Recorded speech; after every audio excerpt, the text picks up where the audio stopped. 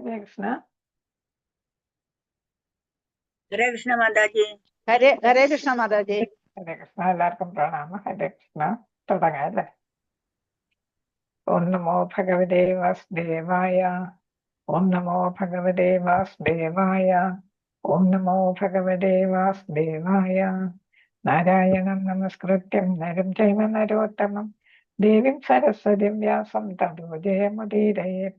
നഷ്ടപ്രായേഷ ഭദ്രേഷു നിത്യം ഭാഗവത സേവയാ ഭഗവതി ഉത്തമ ശ്ലോകേ ഭക്തിർഭവതി നൈഷ്ഠികേ. മൂകം കരോതി വാചാലം പങ്കും ലംഘയതേ ഗിരിം യത്കൃപാതമഹം വന്ദേ ശ്രീഗുരും ദീനതാരിണം. ശ്രീചൈതന്യമീശ്വരം പരമാനന്ദമാധവ. അജ്ഞാനതിമിരാന്തസ്യ ജ്ഞാനാഞ്ജനശലാകയ ചക്ഷുരുന്മീലിതം യേന തസ്മൈ ശ്രീഗുരവേ നമഃ. ശ്രീചൈതന്യമനോഭീഷ്ടം സ്ഥാപിതം യേന ഭൂതലേ സ്വയം രൂപകഥാ മഹ്യം ദദാതി സ്വപദാന്തികം. വന്ദേഹം ശ്രീഗുരോ ശ്രീയുതപദകമലം ശ്രീഗുരുൻ വൈഷ്ണവാംശ ശ്രീരൂപം സാഗ്രജാതം സഗണരഘുനാഥാനിതം തം സജീവം സാദ്വൈതം സാവധൂതം പരിജനസഹിതം കൃഷ്ണചൈതന്യദേവം ശ്രീരാധാകൃഷ്ണപാദാം സഗണലളിതാ ശ്രീവിശാഖാന്യതാം ച. ഹേ കൃഷ്ണ കരുണാ സിന്ധോ ദീനബന്ധോ ജഗത്പതേ ഗോപീശ ഗോപികാ കാന്ത രാധാകാന്ത നമസ്തുതേ. തപ്തകാഞ്ചന ഗൗരാംഗീ ശ്രീരാധേ വൃന്ദാവനേശ്വരി വൃഷഭാനുസുതേ ദേവേ പ്രണമാമി ഹരിപ്രിയേ.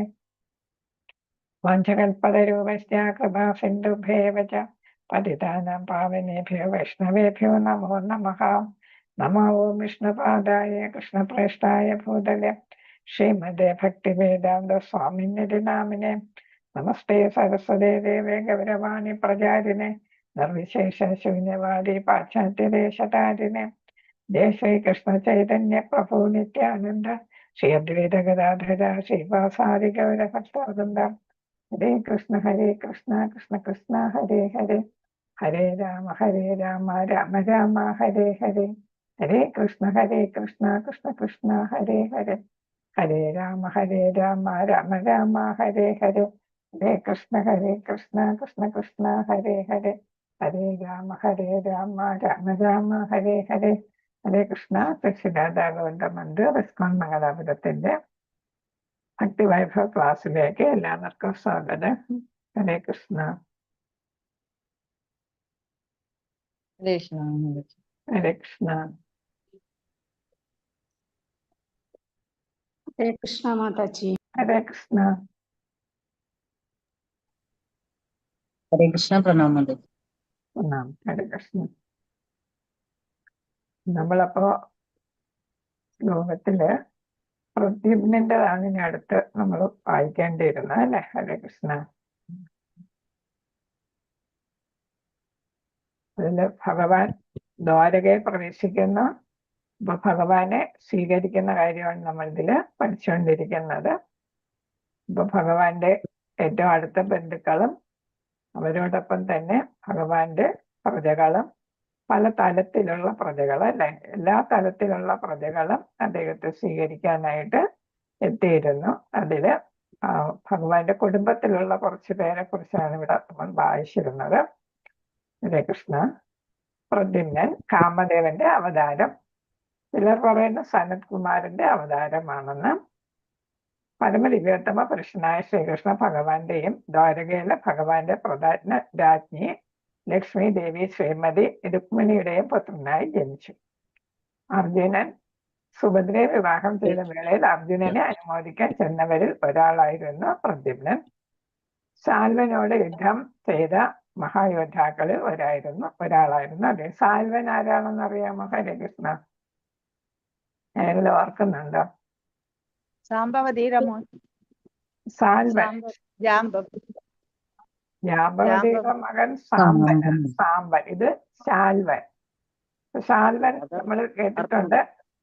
അത് നമുക്ക് അറിയാവുന്ന ആള് തന്നെയാണ്, നമ്മൾ മറന്നുപോയതാണ്. അംബ വിവാഹം കഴിക്കാൻ ആഗ്രഹിച്ചിരുന്ന ആളാണ്. അംബികാംബാലിക, അതിലെ അംബ അല്ലെ. പിന്നീട് ശിഖണ്ഡിയായിട്ട് പുനർജനിച്ച അംബയുടെ കാമുകനായിരുന്നു. വിവാഹം കഴിക്കാൻ ഉദ്ദേശിച്ചിരുന്ന രാജകുമാരനായിരുന്നു ശാൽവൻ. അപ്പൊ ശാൽവന് വിവാഹം കഴിക്കാൻ അനുവദിക്കാതെയായിരുന്നു ഭീഷ്മർ 3 പേരെയും ഹസ്തിനപുരത്തേക്ക് കൂട്ടിക്കൊണ്ടുപോയത് അല്ലേ. അപ്പൊ അദ്ദേഹം കൗരവപക്ഷത്ത് ചേർന്നിരുന്നു. യുദ്ധത്തിലേർപ്പെട്ടുകൊണ്ടിരിക്കെ യുദ്ധക്കളത്തിൽ അബോധാവസ്ഥയിലായിത്തീർന്ന പ്രദ്യുമ്നനെ തേരാളി യുദ്ധമുഖത്ത് നിന്നും ശിബിരത്തിൽ ക്യാമ്പില് അല്ലെ യുദ്ധത്തിൽ ക്യാമ്പ് ഉണ്ടാവുമല്ലോ അല്ലെ, ഇതാണ് ഓരോരുത്തർക്ക് താമസിക്കാനുള്ള ചെറിയ കുടില്. അതിൽ എത്തുകയും ഈ പ്രവൃത്തിയിൽ അതിയായി ഖേദിച്ച സാരഥിയെ കഠിനമായി ശാസിക്കുകയും ചെയ്തു. എങ്കിലും അദ്ദേഹം വീണ്ടും ശാൽവനുമായി യുദ്ധം ചെയ്യുകയും വിജയായി തീരുകയും ചെയ്തു. അപ്പൊ അദ്ദേഹം ഏതാണ് ഒരു നല്ലൊരു ആരാണ് യുദ്ധവീരനാണ് എന്നാണ് ഇവിടെ പറഞ്ഞു വരുന്നത്. വിവിധ ദേവന്മാരെ കുറിച്ചെല്ലാം അദ്ദേഹം നാരദമുനിയിൽ നിന്ന് കേട്ട് മനസ്സിലാക്കി. ശ്രീകൃഷ്ണ ഭഗവാന്റെ 4 പൂർണ്ണ വിസ്തരണങ്ങളിൽ 3ാമത്തെ വിസ്തരണമാണ് പ്രദ്യുമ്നൻ. ഏതൊക്കെയാണ് ചതുർവ്യൂഹം എന്ന് പറയുന്നത്? 4 വിസ്തരണങ്ങൾ ഏതൊക്കെയാണ്? ഹരേ കൃഷ്ണ. രണ്ട് തരം വിസ്തരങ്ങളുണ്ട്. ആദ്യത്തേതാണ് വാസുദേവൻ, പിന്നെ സംഘർഷണൻ, പിന്നെ പ്രദ്യുമ്നൻ, പിന്നീടാണ് അനിരുദ്ധൻ അല്ലേ. അപ്പൊ ഇവർക്കൊക്കെ ഓരോ ചതുർവ്യൂഹത്തിലും വ്യത്യസ്ത കർത്തവ്യങ്ങളൊക്കെ ഉണ്ടായിരുന്നു. വാസുദേവൻ, ആദ്യത്തെ ചതുർവ്യൂഹത്തിൽ വരുന്ന വാസുദേവൻ ബോധം, അതാണ് കോൺഷ്യസ്നെസ്, അതുണ്ടായിരുന്ന ആളാണ്. ശുദ്ധ ആത്മാവാണ്. അതിന്റെ മൂർത്തികളെ പ്രതിനിധാനം ചെയ്യുന്നതായിരുന്നു വാസുദേവൻ. പിന്നെ അദ്ദേഹം ഏതാണ് ശംഖ്, പാണ്ഡ്യജന്യ ശംഖ്, സുദർശന ചക്രം, ഗദ, കൗമുദിനി ഗദ, പിന്നെ ഏതാണ് പത്മം, ഇവയെല്ലാം 4 കൈകളിലും കരുതുകയുണ്ടായി, പിടിക്കുകയുണ്ടായി. പിന്നെ സംഘർഷണം എന്ന് പറയുന്നത് അഹങ്കാരത്തിനെയാണ് റെപ്രസെന്റ് ചെയ്തിരുന്നത്. പിന്നെ ഏതാണ് വ്യക്തിത്വം, ഇൻഡിവിജ്വാലിറ്റി, അതിനെ പ്രതിനിധീകരിച്ചിരുന്നു. പ്രപഞ്ച സംഹാരവുമായി ബന്ധപ്പെട്ടതാണ് സംഘർഷണന്റെ പ്രവൃത്തി. പിന്നെ ശ്രീകൃഷ്ണന്റെ സഹോദരനായിട്ട് അല്ലെ മൂത്ത സഹോദരനായിട്ടും പ്രവർത്തിച്ചിരുന്നു. പ്രദ്യുമ്നൻ എന്ന് പറയുന്നത് ബുദ്ധി, മനസ്സ് ഇവയെ പ്രതിനിധാനം ആയിരുന്നു പ്രദ്യുമ്നൻ. ബുദ്ധി, മനസ്സ് ഇവയെ ആണ് പ്രതിനിധാനം ചെയ്തിരുന്നത്. രുക്മിയുടെ മകനായിട്ട് ജനിക്കുകയുണ്ടായി. പിന്നെ ഏതാണ് അനിരുദ്ധൻ വരുന്നു. അടുത്ത് പ്രവർത്തനോന്മുഖമായ മനസ്സായിരുന്നു അനിരുദ്ധൻ്റേത്. ഇന്ദ്രിയങ്ങൾ എന്താണ് അതിനെ റെപ്രസെന്റ് ചെയ്യുന്നതാണ് അനിരുദ്ധൻ. കൃഷ്ണന്റെ ഗ്രാൻഡ് സണ്ണായിട്ട്, കൊച്ചുമോനായിട്ട് ജനിക്കുകയും ചെയ്യുന്നു. അപ്പൊ ഇത് ഉദ്ദേശിക്കുന്നത് വൃഷ്ണി വംശജരെല്ലാം ദിവ്യ ജന്മങ്ങൾ ഉള്ളവരായിരുന്നു എന്നാണ്. ഭൗതിക ലോകത്ത് അവർ ജനിച്ചുവെങ്കിലും അവരെല്ലാം ദിവ്യ ജന്മം ഉള്ളവരായിരുന്നു എന്നാണ് ഇവിടെ പറയുന്നത്. 2ാമത്തെ ചതുർവ്യൂഹവും പേരുകൾ ഇതൊക്കെ തന്നെയാണ്. വാസുദേവൻ, സംഘർഷണൻ, പ്രദ്യുമ്നൻ, അനിരുദ്ധൻ, ഇതാണ് അതിന്റെ ഓർഡറും വരുന്നത്. അത് 1ാമത്തെ ചതുർവ്യൂഹത്തിൽ നിന്നാണ് 2ാമത്തെ ചതുർവ്യൂഹവും വരുന്നത്. ഇത് ആത്മീയ ലോകമായ വൈകുണ്ഠത്തിലാണ് ഇവരുടെ വാസം. മറ്റേത് ഭൗതിക ലോകത്താണ് അവർ വന്നത് അല്ലേ. എന്താണ് വാസുദേവൻ ഇവിടെ ഭൗതിക ലോകത്ത് ജനിച്ചു. സംഘർഷണൻ അതേപോലെ തന്നെ ബലരാമനായിട്ട് ഇവിടെ വന്നു. പ്രദ്യുമ്നൻ മകനായിട്ട് വന്നു. അനിരുദ്ധൻ കൊച്ചുമകനായിട്ട് വന്നു ഭൗതിക ലോകത്ത്. അതേസമയം 2ാമത്തെ ചതുർവ്യൂഹം ആത്മീയ ലോകത്താണുള്ളത്. അവിടെ എന്താണ് ഭഗവാൻ വാസുദേവൻ എല്ലാത്തിൻ്റെയും കാരണവും എല്ലാമായിട്ട് ശുദ്ധ അവബോധത്തെയാണ്, കോൺഷ്യസ്നെസ്സിനെയാണ് അദ്ദേഹം പ്രതിനിധാനം ചെയ്യുന്നത്. എല്ലാത്തിൻ്റെയും അധിപനാണ്. അതേപോലെ തന്നെ ഈ വൈകുണ്ഠത്തിൽ ഉള്ള ഈ ചതുർവ്യൂഹത്തിനൊക്കെ ആത്മീയമായിട്ടുള്ള കർത്തവ്യങ്ങളും പ്രത്യേകിച്ചുണ്ട്.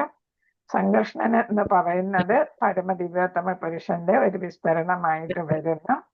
അത് അദ്ദേഹം അഹങ്കാരത്തെ, കോസ്മിക് അഹങ്കാരത്തെ, പ്രപഞ്ച അഹങ്കാരത്തെയാണ് അദ്ദേഹം നിയന്ത്രിച്ചിരുന്നത്. സംഘർഷണനാണെങ്കിലും സംഘർഷണൻ തന്നെ അഹങ്കാരത്തെയാണ്, ഈ പ്രപഞ്ചത്തിന്റെ അഹങ്കാരത്തെ പ്രതിനിധാനം ചെയ്യുന്നു. പ്രദ്യുമ്നാണെങ്കിൽ സമ്പത്ത്, ശക്തി, പിന്നെ ബുദ്ധി ഇവയൊക്കെ ആയിരുന്നു അദ്ദേഹം പ്രതിനിധാനം ചെയ്തിരുന്നത്. അനിരുദ്ധനാണെങ്കിലും ശക്തി, എനർജി, പിന്നെ മനസ്സിനെ നിയന്ത്രിക്കുന്ന ആളും ഇദ്ദേഹമായിരുന്നു. ഇതെല്ലാം ഈ 2ാമത്തെ ചതുർവ്യൂഹം ആത്മീയ ലോകത്തുള്ളതായിട്ടാണ് പറയപ്പെടുന്നത്. ഹരേ കൃഷ്ണ. അപ്പൊ 4 ഇതാണ് ചതുർവ്യൂഹങ്ങളിൽ 2 തരം ചതുർവ്യൂഹങ്ങൾ, ഒന്ന് ഭൗതിക ലോകത്ത്, ഒന്ന് ആത്മീയ ലോകത്ത്. അപ്പൊ എന്താണെങ്കിലും ഇതൊക്കെ ഭഗവാന്റെ 4 പൂർണ്ണ വിസ്തരണങ്ങളാണ്. അതിൽ 3ാമത്തെ വിസ്തരണമായിട്ടാണ് പ്രദ്യുമ്നൻ ഭൗതിക ലോകത്തും വരുന്നു, ആധ്യാത്മിക ലോകത്തും വരുന്നു. ഇവിടെ ഉള്ളപ്പോ ഭൗതിക ലോകത്തെ കാര്യമാണ് ഇപ്പൊ പറയുന്നത്. ബ്രാഹ്മണരുടെ മാഹാത്മ്യങ്ങളെ കുറിച്ച് തന്റെ പിതാവായ ശ്രീകൃഷ്ണനിൽ നിന്ന് അദ്ദേഹം ആരാഞ്ഞറിഞ്ഞു. കാരണം എന്താണ്? ബ്രാഹ്മണർ എന്ന് പറഞ്ഞ സമൂഹത്തില് വർണ്ണത്തിൽ 1ാം സ്ഥാനമാണ്. അതേപോലെ സമൂഹത്തിനെല്ലാം സതുപദേശം കൊടുത്ത് സമൂഹത്തെ നിയന്ത്രിക്കേണ്ടത്, ധർമാധിഷ്ഠിതമാക്കി മാറ്റേണ്ടതെല്ലാം ബ്രാഹ്മണരുടെ കർത്തവ്യമാണ്. പിന്നെ ഭരണാധികാരികൾക്ക് ശരിയായിട്ടുള്ള രീതിക്ക് ഉപദേശം നൽകുന്നത് അവരാണ്. അതേപോലെ വേദ സംസ്കാരം പകർന്നു നൽകുന്നത് അവരാണ്. വേദിക് ലിറ്ററേച്ചർ അല്ലെങ്കിൽ വേദങ്ങളെല്ലാം പ്രചരിപ്പിക്കുന്നതും ബ്രാഹ്മണരാണ്. അവരാണ് യഥാർത്ഥത്തിൽ സമൂഹത്തെ നേരായ വഴിക്ക് നയിക്കുന്നവർ. ഭരണാധികാരികൾക്ക് അവർക്ക് വേണ്ട നിർദ്ദേശം നൽകുന്നതും എല്ലാം ബ്രാഹ്മണരാണ്.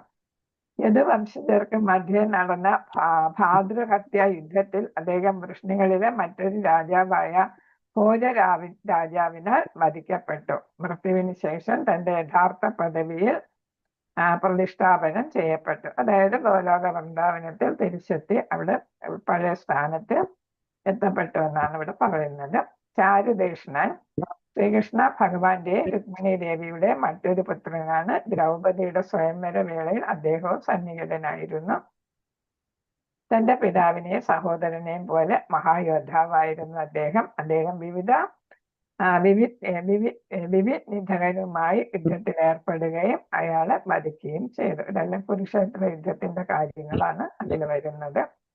സാമ്പൻ ഇതാണ് ആരുടെ? ജാമ്പവതിയുടെ മകനായിട്ട് വരിക അല്ലെ. ഏത് വംശത്തിലെ വീരയോദ്ധാക്കളിൽ ഒരാളും ശ്രീകൃഷ്ണ ഭഗവാന് ജാമ്പവതിയിലുണ്ടായ പുത്രനുമാണ് സാമ്പൻ.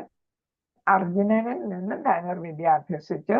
മഹാരാജാവ് യുധിഷ്ഠിരന്റെ ഭരണകാലത്ത് രാജസദസ്സിലെ അംഗമായിരുന്നു. അപ്പൊ പാണ്ഡവരുമായിട്ട് നല്ല ബന്ധം പുലർത്തിയിരുന്ന ആളാണ് ജാമ്പവതി പുത്രനായ സാമ്പൻ. പിന്നെ ഗുരു ആര് തന്നെയാണ്? ധനുർധാരിയായിട്ടുള്ള അർജുനൻ തന്നെയാണ്. യുധിഷ്ഠിരനെയും ഭരണകാര്യങ്ങളിൽ സഹായിച്ചിരുന്നു. യുധിഷ്ഠിര മഹാരാജാവിന്റെ രാജസൂയ യജ്ഞത്തിൽ അദ്ദേഹം സന്നിഹിതനായിരുന്നു. പ്രഭാസ യജ്ഞവേളയിൽ എല്ലാ വൃഷ്ണികളും ഒത്തുചേർന്നപ്പോൾ ബലരാമ സമക്ഷം സാമ്പന്റെ യശസ്കരമായ പ്രവർത്തികളെ കുറിച്ച് സാത്യകി വർണ്ണിച്ചു. അപ്പൊ സാത്യകി കൃഷ്ണന്റെ കസിനാണ്. അതേപോലെ തന്നെ വലിയ പോരാളിയൊക്കെ ആയിരുന്നു അല്ലെ. സാത്യകി ഏറ്റവും പ്രധാനപ്പെട്ട ഒരു വ്യക്തിയായിട്ടാണ് സാത്യകി അറിയപ്പെടുന്നത്.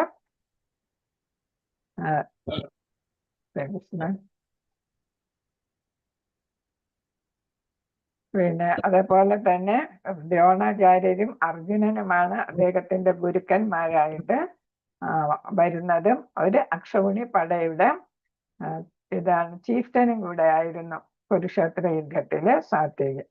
അപ്പൊ വളരെ പ്രധാനപ്പെട്ട ഒരു വ്യക്തിയായിട്ടാണ് ഇദ്ദേഹത്തെ അറിയപ്പെടുന്നത്. 18 ദിവസം നീണ്ട യുദ്ധത്തിന് വിജയകരമായിട്ട് നയിക്കാനായിട്ട് അദ്ദേഹത്തിന് സാധിച്ചു. അദ്ദേഹവും പിന്നീട് ദ്വാരകയിൽ വെച്ച് ആഭ്യന്തര യുദ്ധത്തിലാണ് വധിക്കപ്പെട്ടത്. അപ്പൊ കുരുക്ഷേത്ര യുദ്ധത്തില് അതിനെ അതിജീവിക്കാൻ സാധിച്ച ഒരു സൈന്യ മേധാവിയായിട്ടാണ് സാത്യകിയെ അറിയപ്പെടുന്നത്. അപ്പം വലിയൊരു പോരാളിയായിട്ടാണ് കാണുന്നത്. ഹരേ കൃഷ്ണ. ഇവിടെ പറയുന്ന സാത്യകി വർണ്ണിച്ച ആരെക്കുറിച്ച്? അപ്പൊ ഒരു വലിയ ചീഫ്റ്റനാണ് സാത്യകി. അദ്ദേഹത്തിന് ആരെ വിലയിരുത്താൻ സാധിച്ചു എന്നാണ്? സാമ്പനെ വിലയിരുത്താനായിട്ട് അദ്ദേഹത്തിന് സാധിച്ചു. ഇപ്പൊ ഒരാളിനെ വിലയിരുത്തണമെങ്കിൽ വിലയിരുത്തുന്ന ആളും വിലയിരുത്തപ്പെട്ട ആളും നല്ലതായിരിക്കണം അല്ലെ. എല്ലാ കാര്യങ്ങളും അറിയുന്ന ആളായിരിക്കണം, ജ്ഞാനിയായിരിക്കണം. അപ്പൊ ഇവിടെ യുദ്ധതന്ത്രത്തില് സാത്യകിയുടെ മേധാവിത്വമാണ് ഇവിടെ കാണുന്നത്. അപ്പൊ സാമ്പന്റെ യശസ്കരമായ പ്രവർത്തികളെ കുറിച്ച് സാത്യകി വർണ്ണിച്ചു. സ്ഥലം എവിടെയാണ്? പ്രഭാസ യജ്ഞവേളയിലാണ്. യുധിഷ്ഠിരൻ അനുഷ്ഠിച്ച അശ്വമേധ യജ്ഞത്തിൽ അദ്ദേഹം തന്റെ പിതാവായ ശ്രീകൃഷ്ണ ഭഗവാനോടൊപ്പം പങ്കുകൊണ്ട്. പിന്നെ നമ്മൾ മനസ്സിലാക്കുന്ന പാണ്ഡവർ നടത്തിയ യജ്ഞത്തില് പ്രധാനപ്പെട്ടവരെല്ലാം ഭഗവാന്റെ കുടുംബത്തിൽ നിന്ന് പ്രധാനപ്പെട്ടവരെല്ലാം പങ്കെടുക്കുകയുണ്ടായി എന്നാണ്. ചില ഋഷിമാരുടെ സമക്ഷം തന്റെ സഹോദരന്മാരുടെ ഗർഭിണിയായി കപടവേഷം ധരിപ്പിക്കപ്പെട്ട അദ്ദേഹം കളിയായി താൻ പ്രസവിക്കുവാൻ പോകുന്നത് എന്താണെന്ന് ഋഷിമാരോട് ആരാഞ്ഞു.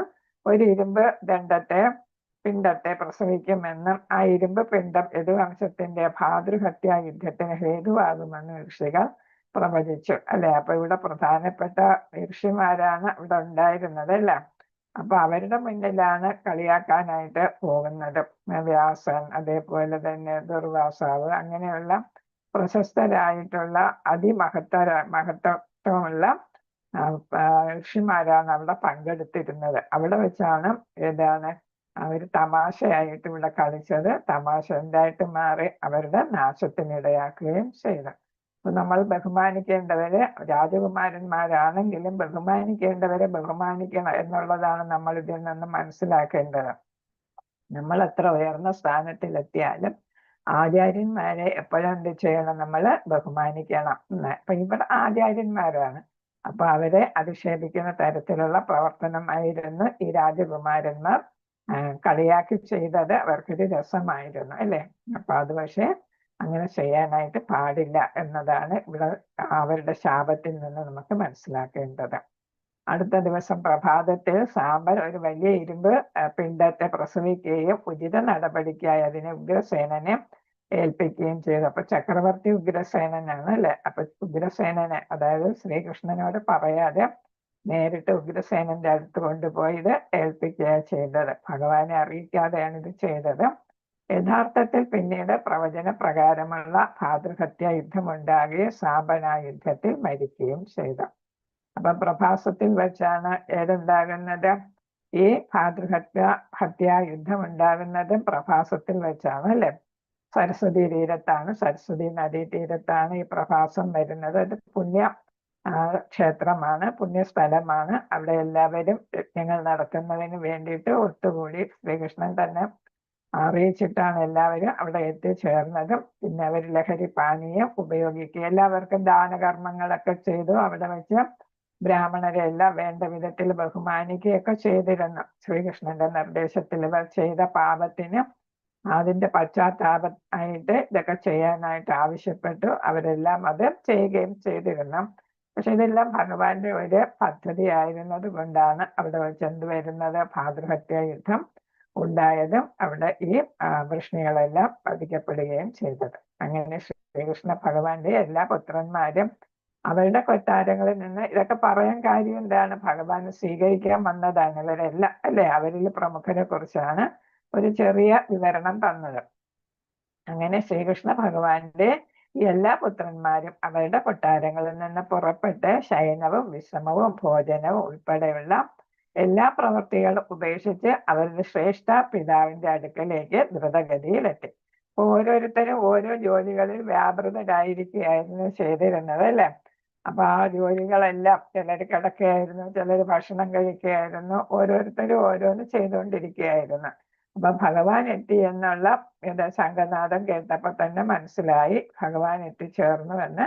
അപ്പോൾ ചെയ്തുകൊണ്ടിരുന്ന എല്ലാ പ്രവർത്തനങ്ങളും ഉപേക്ഷിച്ച് എല്ലാവരും ഭഗവാനെ സ്വീകരിക്കുന്നതിന് വേണ്ടിയിട്ട് ഓടിയെത്തി എന്നാണ് പറയുന്നത്. ഹരേ കൃഷ്ണ. ശ്ലോകം 18. ഓം നമോ ഭഗവതേ വാസുദേവായ. വാരുണേന്ദ്രം പുരസ്കൃത്യ ബ്രാഹ്മണേ സസുമംഗളേ ശംഖതുല്യ നിനാദേന ബ്രഹ്മഘോഷേണ ചാദൃതാഹം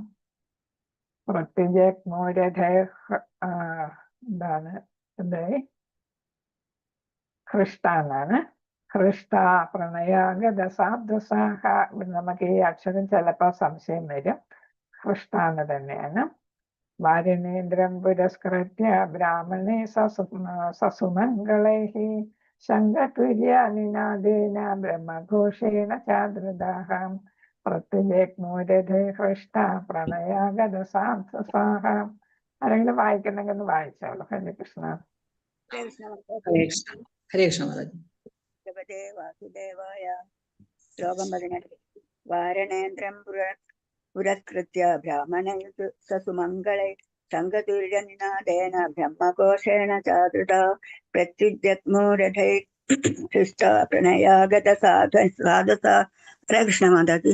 കൃഷ്ണ പദാനുപാതാർത്ഥ ചില പ്രഭാതത്തിന്റെ വാരണ ഇത്തരം ശുഭ ദൗത്യത്തിൽ ഏർപ്പെട്ടിരിക്കുന്ന ആനകൾ പുരസ്കൃത്യ മുമ്പിൽ നിയോഗിച്ച് ബ്രാഹ്മണരാൽ സസുമംഗളെ എല്ലാ ശുഭസജ്ഞകളോടൊപ്പം ശംഖ ശംഖ് തുര്യ കാഹളം നിനാദേന ശബ്ദത്താൽ ബ്രഹ്മഘോഷേണ വേദമന്ത്രങ്ങൾ ഉരുവിട്ടുകൊണ്ട് ചാവും ആദൃത പ്രകീർത്തിച്ചു.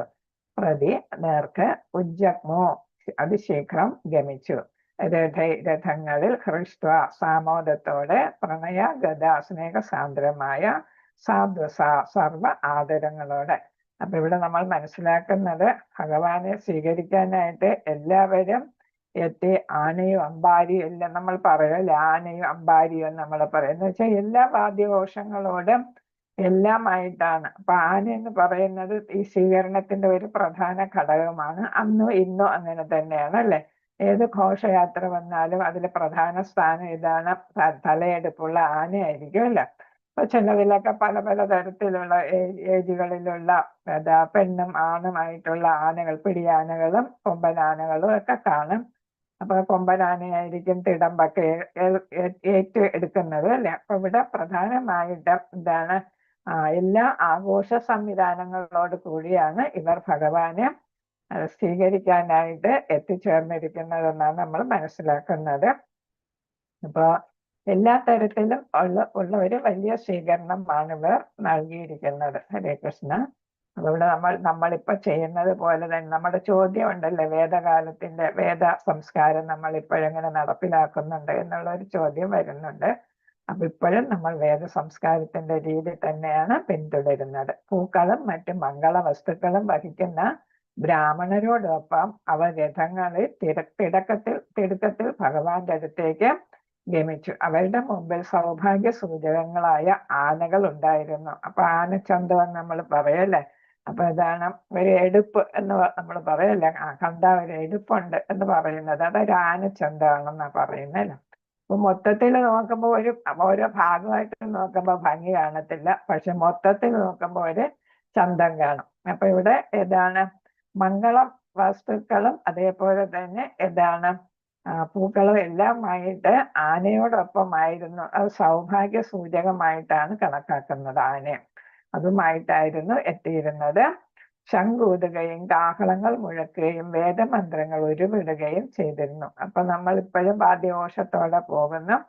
അപ്പൊ ഇവിടെ എന്താണ്, വേദമന്ത്രങ്ങളാണ് പ്രധാനമായിട്ടും ഉരുവിട്ടിരുന്നത് എന്നുള്ളതാണ്. സ്നേഹസാന്ദ്രമായ ആദരവ് അവർ പ്രകടിപ്പിച്ചു. അപ്പൊ വേദ സംസ്കാരം, ബ്രാഹ്മണിക സംസ്കാരം അവിടെ നിലനിന്നിരുന്നു എന്നതിന് പ്രധാനപ്പെട്ട സൂചന നൽകുന്നതാണ് ഈ വേദമന്ത്രങ്ങൾ ഉരുവിടുന്നത്. അപ്പൊ ബ്രാഹ്മണർ പ്രത്യേകിച്ചും ഏതാണ് ഉരുവിടുക, വേദമന്ത്രങ്ങളാണ് ഉരുവിടുന്നത്. അപ്പൊ ബ്രാഹ്മണരെ വേണ്ട വിധത്തിൽ അവിടെ ആദരിച്ചു എന്നാണ്. അപ്പൊ ഭഗവാനെ സ്വീകരിക്കാൻ ബ്രാഹ്മണർ എത്തി എന്ന് പറയുമ്പോൾ ബ്രാഹ്മണർക്ക് സമൂഹത്തിൽ ഉണ്ടായിരുന്ന ഉന്നത സ്ഥാനത്തെയാണ് അവിടെ സൂചിപ്പിക്കുന്നത്. ഭാവാർത്ഥ ശില പ്രഭാതർക്ക് ജയം. വൈദിക ആചാരപ്രകാരം ഒരു മഹത് വ്യക്തിയെ സ്വീകരിക്കുന്നത് ആദരപൂർവമായ അന്തരീക്ഷം സൃഷ്ടിക്കുന്നു.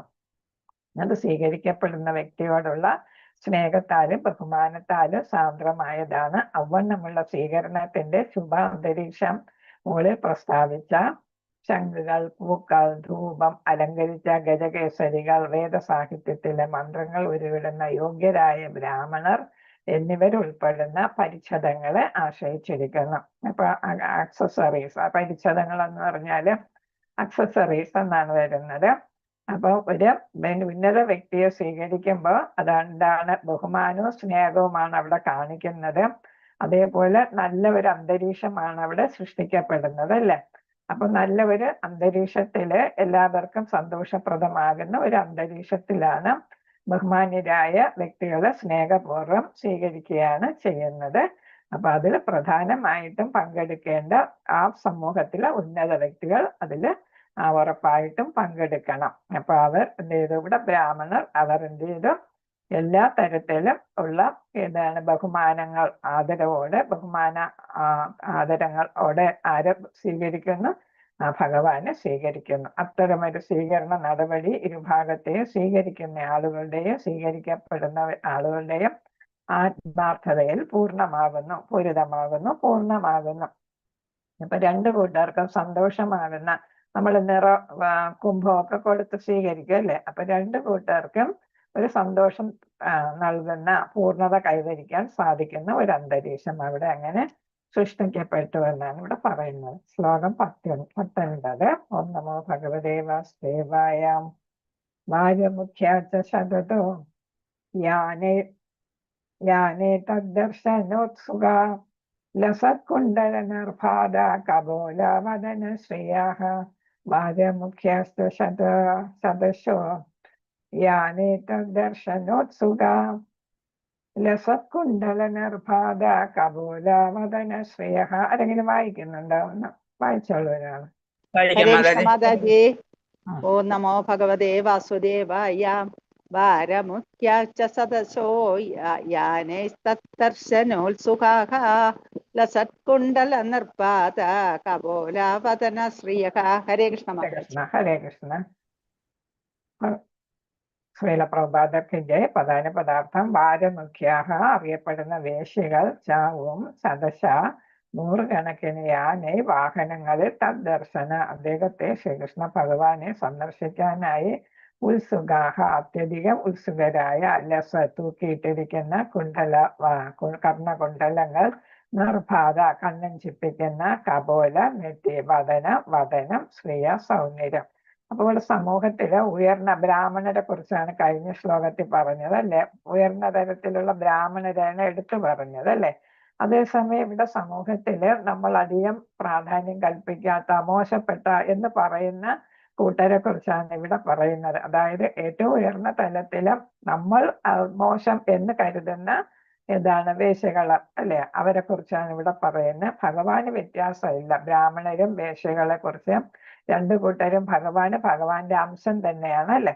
അപ്പൊ ഇവിടെ ആ വേശ്യകളും എന്ത് ചെയ്തു? നൂറുകണക്കിന് വേശ്യകളും വാഹനത്തില് വളരെ സുന്ദരികളായിട്ട് കണ്ടാഭരണങ്ങളും എല്ലാം ധരിച്ച് സൗന്ദര്യം വർദ്ധിപ്പിക്കുന്ന തരത്തില് അവരും ആഭരണങ്ങളും ആടകളും ഒക്കെ അണിഞ്ഞ് ഭഗവാനെ സ്വീകരിക്കാനായിട്ട് എത്തി. അതായത് ഒരു സമൂഹത്തിലെ വിവിധ തലത്തിലുള്ള അങ്ങേയറ്റത്ത് ഏറ്റവും മുകളിലുള്ളതും ഏറ്റവും താഴ്ന്ന തലത്തിലുള്ളവരും ഭഗവാനെ സ്വീകരിക്കാൻ ഒരേപോലെ എത്തിച്ചേർന്നു എന്നാണ് ഇവിടെ പറയുന്നത്. അപ്പൊ വേശ്യകളുടെ സമൂഹത്തില് ഉന്നത സ്ഥാനം നമ്മൾ കൊടുക്കുന്നില്ലെങ്കിലും പ്രഭുപാദർ പറയുന്ന അവരുടെ ഒരു തൊഴിലായിട്ടാണ് അവർ എടുക്കുന്നത്. അപ്പൊ അവർക്കൊരു വരുമാന മാർഗം മാത്രമായിട്ട് അവരതിനെ കണക്കാക്കേണ്ടതുള്ളൂ. അതുപോലെ സമൂഹത്തിൽ വേശ്യകൾ ഉണ്ടായിരിക്കുന്നത് ഒരു കണക്കിന് നല്ലതാണ്. മറ്റുള്ളവർ വഴിതെറ്റി പോകാതെ, മറ്റു യുവതികൾ വഴിതെറ്റി പോകാതെ, മധ്യവയസ്കര് യുവതികളും കുട്ടികളും ഒക്കെ വഴിതെറ്റി പോകാതിരിക്കാൻ വേണ്ടിയിട്ട് വേശ്യാവൃത്തി ചെയ്യുന്ന ഒരു കൂട്ടർ അംഗീകൃത വേശ്യകൾ ഉണ്ടായിരിക്കുന്നത് നല്ലതാണ് എന്നാണ് ഇവിടെ പറയുന്നത്. അപ്പൊ സമൂഹം അവരെ അംഗീകരിക്കുന്നു എന്നാണ് ഇത് കാണിക്കുന്നത് അല്ലെ? അപ്പൊ ഭഗവാനെ സ്വീകരിക്കാൻ അവരെത്തുന്നു എന്ന് പറയുമ്പോൾ അവിടെ ആ സംസ്കാരത്തില് വേശ്യകളെ അംഗീകരിച്ചിരുന്നു. അപ്പൊ നമ്മൾ ഒളിച്ചും പാങ്ങിയും നമ്മൾ ചെയ്യുന്ന ഒളിച്ചും പാത്തും അല്ലെ? ഒളിച്ചും പാത്തും എന്നും യുവതികളെ ഒന്നും നശിപ്പിക്കാതിരിക്കുന്നതിന് വേണ്ടിയിട്ടുള്ള ഒരു സംവിധാനമായിട്ടാണ് ഈ വേശ്യാവൃത്തിയെ കാണുന്നത്. അപ്പൊ എല്ലാ തരത്തിലുള്ള ആളുകളും ഭഗവാനെ സ്വീകരിക്കാൻ എത്തിച്ചേർന്നു. അതേസമയം നൂറുകണക്കിന് പേര് കേട്ട വേശ്യകൾ വിവിധ വാഹനങ്ങളിൽ മുന്നോട്ട് പോകാൻ തുടങ്ങി. അവരെല്ലാവരും ഭഗവാനും ദർശിക്കാൻ അത്യുത്സുകരായിരുന്നു. എന്ന് വെച്ചാൽ അതിയായിട്ട് കാക്ഷിക്കുന്നവരായിരുന്നു, ഉത്സാഹമുള്ളവരായിരുന്നു. അവരുടെ സുന്ദരമായ വദനങ്ങൾ കണ്ണഞ്ചിപ്പിക്കുന്ന കുണ്ടലങ്ങളാൽ അലങ്കരിക്കപ്പെട്ടിരുന്നു. അവ അവരുടെ നെറ്റിയുടെ സൗന്ദര്യം വർദ്ധിപ്പിച്ചു. അപ്പൊ വേശ്യകൾ എപ്പോഴും നല്ല സുന്ദരികളായിട്ടാണ് നടക്കുന്നത് അല്ലെ? അപ്പൊ ഇവിടെ കൂടുതൽ അലങ്കാരം കൊണ്ട് അവർ കൂടുതൽ സുന്ദരികളായിട്ട് കാണപ്പെട്ടു എന്നാണ്. ഭാവാർത്ഥം ശ്രീല പ്രഭുപാദർക്ക് ഭഗവാന്റെ ഭക്തകളാണെങ്കിൽ വേശ്യകളെ പോലും നാം വെറുക്കേണ്ടതില്ല എന്നാണ്. അപ്പൊ വേശ്യാവൃത്തി ചെയ്യുന്നവരും ഭഗവാന്റെ ഭക്തകളാണെങ്കിൽ അവരെ നമ്മൾ വെറുക്കേണ്ടതില്ല. ഇന്നും ഭാരതത്തിന്റെ മഹാനഗരങ്ങളിൽ ഭഗവാന്റെ ആത്മാർത്ഥ ഭക്തകളായ നിരവധി വേശ്യകളുണ്ട്. നമുക്ക് അതിന് ഉദാഹരണം തന്നെ നമുക്കറിയാവുന്ന ചിന്താമണി എന്ന് പറയുന്ന വേശ്യയാണ് വില്യമംഗലം ഠാക്കൂറിന് നേർവഴി കാണിച്ചു കൊടുത്തത് അല്ലെ? അപ്പൊ ആ വേശ്യ പറഞ്ഞത് എന്താണ്? ഈ കൊടും മഴയത്ത് കൊടും രാത്രിയില് ഈ നിറഞ്ഞു കവിഞ്ഞൊഴുകുന്ന പുഴ നീന്തിക്കടന്ന് അത് ഏതാണ് പാമ്പിന്റെയൊക്കെ മൃതശരീരത്തിന്റെ പുറത്താണ് വന്നത് അല്ലേ? മരത്തണ്ടെന്ന് വിചാരിച്ചിട്ട് വന്നത് ഏതാണ്? മൃതശരീരമാണ്. പിന്നെ പിടിച്ച് തൂങ്ങി കയറിയത് പാമ്പായിരുന്നു. വേരായിരിക്കാം, തൂങ്ങിക്കിടക്കുന്ന വേരായിരിക്കും എന്ന് ബ്രാഞ്ച് ആയിരിക്കും എന്ന് വിചാരിച്ച് തൂങ്ങി കയറിയത് പാമ്പാണ്. അപ്പൊ ഇത്രയും ബുദ്ധിമുട്ടി സഹിച്ച് എന്നെ കാണാനെത്തി, എന്റെ ശരീരത്തോട് ഇത്രയും താല്പര്യം തോന്നിയ ആ താല്പര്യം ഭഗവാനോട്, സർവ ആകർഷണകനായ ഭഗവാനോട് തോന്നിയിരുന്നെങ്കിൽ അങ്ങ് എന്തൊക്കെ നേടിയേനെ എന്ന് പറഞ്ഞത് കേട്ടിട്ടാണ് അദ്ദേഹത്തിന്റെ കണ്ണ് തുറന്നതും അദ്ദേഹം എന്ത് ചെയ്തു, പിന്നെ മഹാഭക്തനായിട്ട് മാറിയതും ഈ വേശ്യയെ അദ്ദേഹം എന്ത് ചെയ്തു, ഗുരുവായിട്ട് അംഗീകരിക്കുകയും ചെയ്തു എന്നാണ് പറയുന്നത്. അപ്പൊ സാഹചര്യങ്ങളുടെ സമ്മർദ്ദം നിമിത്തം ഒരുപക്ഷെ സമൂഹത്തിൽ അത്ര മാന്യത കൽപ്പിക്കപ്പെടാത്ത തൊഴിലിൽ ഏർപ്പെടേണ്ടതായി വന്നേക്കാം. എന്നാൽ അത് ഭഗവത് ഭക്തിയുടെ സേവന നിർവഹണത്തിന് പ്രതിബന്ധം ആകുന്നില്ല. ഏത് സാഹചര്യത്തിലായാലും ഭഗവത് ഭക്തിയുടെ സേവനം അപ്രതിരോധ്യമാകുന്നു. അപ്പൊ വേശ്യാവൃത്തി എന്ന് മാത്രമല്ല, നമ്മൾ ഏത് തൊഴിൽ ചെയ്താലും നമുക്കെന്താണ്, ആ തൊഴിലിന് മാന്യത കൽപ്പിക്കണം എന്നുള്ളതാണ്. ആ തൊഴിൽ ചെയ്യുന്നത് കൊണ്ട് നമ്മൾ എന്ത് ചെയ്യാൻ പാടില്ല? ഭഗവാനെ മറക്കാൻ പാടില്ല എന്നാണ്. അപ്പൊ ഏത് തൊഴിൽ ചെയ്താലും ഭഗവാനെ മറക്കാതെ ഭഗവാനെ മനസ്സിൽ ധ്യാനിച്ച് സമർപ്പണ ബുദ്ധിയോടുകൂടി തൊഴിൽ ചെയ്യാം എന്നുള്ളതാണ്. എവിടെയാണെങ്കിലും ഭക്തിയുടെ സേവനമാണ് പ്രധാനം. അക്കാലത്തും, അതായത് 5000 വർഷങ്ങൾക്ക് മുമ്പ് ശ്രീകൃഷ്ണ ഭഗവാൻ വസിച്ചിരുന്ന ദ്വാരക പോലുള്ള നഗരത്തിലും വേശ്യകൾ ഉണ്ടായിരുന്നു എന്ന് ഇതിൽ നിന്ന് മനസ്സിലാകുന്നു. സമൂഹത്തിന്റെ ഉചിതമായ പരിപാലനത്തിന് വേശ്യകൾ അവശ്യ പ്രജകളാണെന്ന് ഇത് അർത്ഥമാക്കുന്നു. സർക്കാർ മദ്യശാലകൾ തുറക്കുന്നുവെങ്കിലും ഭരണകൂടം മദ്യപാനത്തെ പ്രോത്സാഹിപ്പിക്കുന്നുവെന്ന് അതിനർത്ഥമില്ല. അപ്പൊ ഇവിടെ പറയുന്നു, അതിന്റെ നിങ്ങൾക്കൊരു ചോദ്യം ഉണ്ടല്ലോ. അതിന്റെ ആശയം എന്തെന്നാൽ, ഏതു വിധേനയും മദ്യപിക്കുന്ന ഒരു കൂട്ടം മനുഷ്യരുണ്ട്. നഗരങ്ങളിൽ മദ്യനിരോധനം ഏർപ്പെടുത്തിയപ്പോൾ നിയമവിരുദ്ധമായി മദ്യക്കള്ളക്കടത്ത് നടത്തുന്നതിന് പ്രേരണ ഉണ്ടായ അനുഭവങ്ങൾ ഉണ്ടായിട്ടുണ്ട്. അപ്പൊ ഇവിടെ ഒരു കമ്പാരിസൺ ആണ് ശ്രീല പ്രഭാതർ ചെയ്തിരിക്കുന്നത്. വേശ്യാവൃത്തി മോശമായതുപോലെ തന്നെ മദ്യപാനവും ഏറ്റവും മോശമായിട്ടുള്ളതാണ്, സമൂഹത്തെ നശിപ്പിക്കുന്നതാണ്. അപ്പൊ ഇവിടെ എന്ത് ചെയ്യുന്നു, ആ കള്ള രീതിക്ക് അല്ലെ, ഒളിച്ചും പാത്തും ലഹരി ഉപയോഗിക്കുന്നതിന് പകരം സർക്കാരുകൾ എന്ത് ചെയ്യുന്നു എന്നാണ്, മദ്യശാലകൾ തുറക്കുന്നു. അപ്പൊ അതിന്റെ ഒരു വിഹിതം ഗവൺമെന്റിന് ധനമായിട്ട്, ടാക്സ് ആയിട്ട് കിട്ടുന്നുണ്ട്. അതെന്തിനു ഉപയോഗിക്കുന്നു? ജനങ്ങളെ ഉദ്ബോധനത്തിന് വേണ്ടി, മദ്യപാനം നല്ലതല്ല എന്നൊക്കെ ജനങ്ങളെ ഉദ്ബോധിപ്പിക്കാനായിട്ട് ആ പണം വിനിയോഗിക്കാം. ശരിയായിട്ട് വിനിയോഗിച്ചാൽ ആ പണം അതിനു വേണ്ടിയിട്ട്, മദ്യപാന നിരോധനത്തിന് വേണ്ടിയിട്ട് ഉപയോഗിക്കാം എന്നാണ് ശ്രീല പ്രഭുപാദർ ഉദ്ദേശിക്കുന്നത്. അതുപോലെയാണ് ഇവിടെ വേശ്യകളുടെ കാര്യം പറയുന്നത്. അതാണ് അപ്പോഴും വേശ്യകൾ ഉണ്ടായിരുന്നു. പിന്നെ ഇവിടെ എന്താണ്, അതേപോലെ ഭവനത്തിൽ സംതൃപ്തി ലഭിക്കാത്തവർ വേശ്യകളെ ആശ്രയിക്കുന്നു. അത്തരക്കാർക്ക് ആ വിധത്തിലുള്ള സൗജന്യവും ആവശ്യമാകുന്നു. അപ്പൊ ലൈംഗികമായിട്ടുള്ള ആഗ്രഹം, കാമം കൂടുതലുള്ള ആളുകൾ കാണും അല്ലെ. അവർക്ക് എന്താണ്, ഭാര്യ പോരാന്നുണ്ടെങ്കിൽ അവർക്ക് ആരെ സമീപിക്കാം? വേശ്യകളെ സമീപിക്കാം. അല്ലാതെ എന്താണ്, വേറെ സ്ത്രീകളെയും കുട്ടികളെയൊക്കെ പീഡിപ്പിക്കുന്നതിന് പകരം ഈ വേശ്യകളെ സമീപിച്ച് അവർക്ക് കാമതൃപ്തി വരുത്താനായിട്ട് സാധിക്കും. ആയതിനാൽ സമൂഹത്തിൽ പവിത്രത നിലനിർത്താനായി വേശ്യകൾ വിപണിയിൽ ലഭ്യമാകുന്നത് ഒരർത്ഥത്തിൽ നല്ലതാണ്. ഇത് വിപണി എന്നാണ് പറഞ്ഞിരിക്കുന്നത്, കച്ചവടം അല്ലെ, അതാണ് പറഞ്ഞിരിക്കുന്നത്. അപ്പൊ അതൊരു തൊഴിലായിട്ടാണ് അവിടെ പറഞ്ഞിരിക്കുന്നത്. സമൂഹത്തിൽ വേശ്യകളെ പ്രോത്സാഹിപ്പിക്കുന്നതിലും നല്ലത് ഒരു വിഭാഗം വേശ്യകളെ പരിപാലിക്കുന്നതാണ്. അപ്പൊ എന്താണെന്ന് വെച്ചാൽ സമൂഹത്തിൽ പലരും വേശ്യകളെ പോലെ ആകാനായിട്ട് ഇടയാക്കുന്നതിലും നല്ലത് എന്നാണ് അവിടെ ഉദ്ദേശിക്കുന്നത്.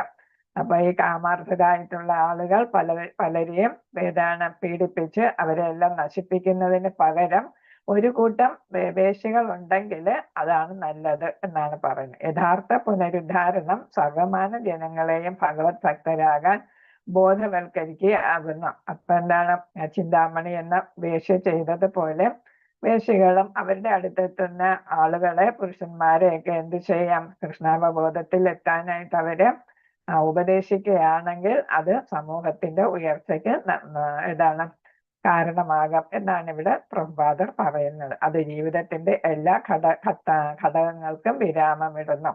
അപ്പൊ ഇവിടെ പറയുന്നത് എല്ലാവരും കൃഷ്ണാവബോധത്തിൽ വന്ന സമൂഹം എത്ര നന്നായിരുന്നു, എത്ര സുന്ദരമായിരിക്കും എന്നാണ് ഇവിടെ.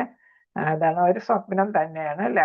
അപ്പൊ എല്ലാവരും അത് ശ്രമിച്ചാല്, ഓരോരുത്തരും ശ്രമിക്കുകയാണെങ്കിൽ അത് സാധ്യമാകുന്ന കാര്യമാണ്. വിഷ്ണുസ്വാമി വൈഷ്ണവ സമ്പ്രദായത്തിൽ നമ്മൾ പറഞ്ഞ കാര്യമാണ്.